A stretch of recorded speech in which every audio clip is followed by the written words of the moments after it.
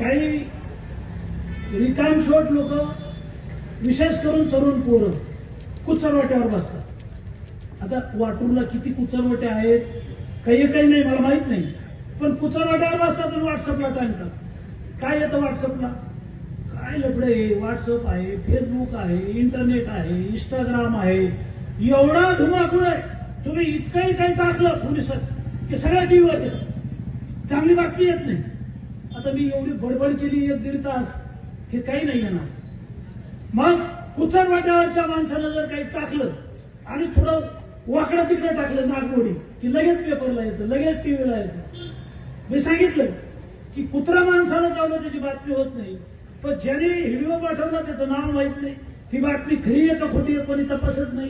कुचरवाट्यावर बसल्या ते काय लिहिते की आमच्या गावातले 9-10 जण आहेत ना आमदाराच्या दावणीला बांधलेले।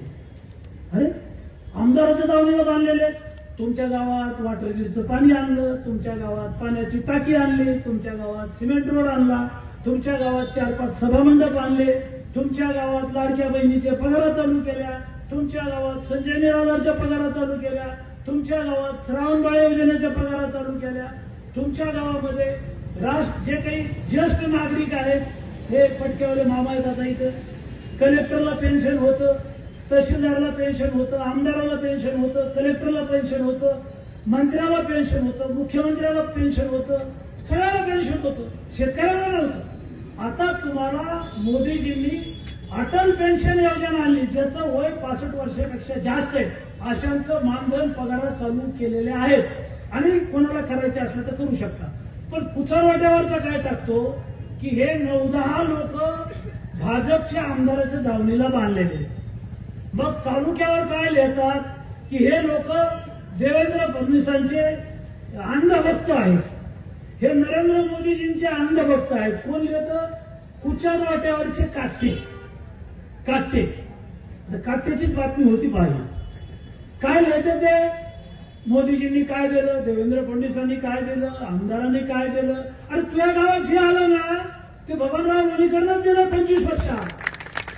दुसऱ्याला कार्याची डबी दिली नाही, कोणता पक्षावाला असू द्या आणि कोणत्याही पक्षाच्या नेत्याला माझं आव्हान आहे, गावातल्या कोणत्याही सरपंचाला, जिल्हा परिषद सदस्याला, पंचायत समितीच्या सदस्याला तुम्ही कोणत्याही पक्षाला तुमच्या आणि कार्याची डबी आणून दाखवा, नाहीतर झेंडूबामची बाटली आणून दाखवा डोक्याला लावायला। नाही आणू शकत तुम्ही। कशाचे पक्ष, कशाला धरून टाकलात पक्ष? पक्ष काय आहे?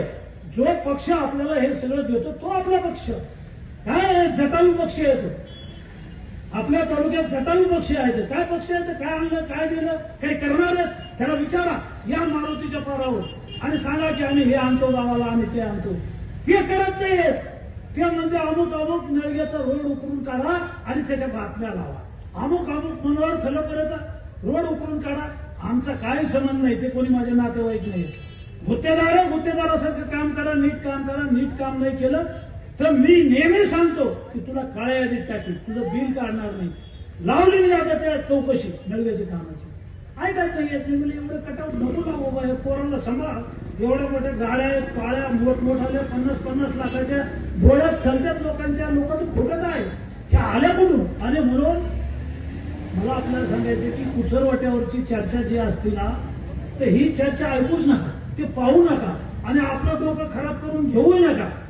अरे ते कुचरवाट्यावर बसलेले ते 5-6 काटे 10 काटे असतात, त्याच्या माईचा पगार बबनराव लोणीकरनं केला, त्याच्या बापाचं पेन्शन बबनराव लोणीकरनं केलं। नरेंद्र मोदीजींनी 6,000 रुपये तुझ्या बापाला पेरणीला दिले, तुझ्या माईच्या, तुझ्या बहिणीच्या, तुझ्या बायकोच्या नावावर लाडक्या बहिणीचे पैसे आले, तुझ्या अंगावरचे कपडे आमच्या सरकारचे, तुझ्या पायातलं बूट चप्पल आमच्यामुळं आहे, तुझ्या हातातलं ते डबडं मोबाईलचं आमच्यामुळं आहे। अरे आमचंच घेतो ना, आमच्याच कागदावर करतो, आम्हालाच बोलतो, चुकीचं लिहितो। अरे म्हणून राजकारणातले लोक काय टीका करतात मला त्याच्याशी काही घेणं देणं नाही। मी प्रामाणिक माणूस आहे, इमानदार माणूस आहे, पक्ष पाहत नाही, काम करतो आणि काही जर चुकलं तर मात्र सोडित नाही। शेवटी राग येतो माणसाला। पहा बरं तुमच्या आमदाराच्या काळात असं काही होतंय? त्या घनसावंगी विधानसभामध्ये 100 कोटी हो शेतकऱ्यांचे पैसे 36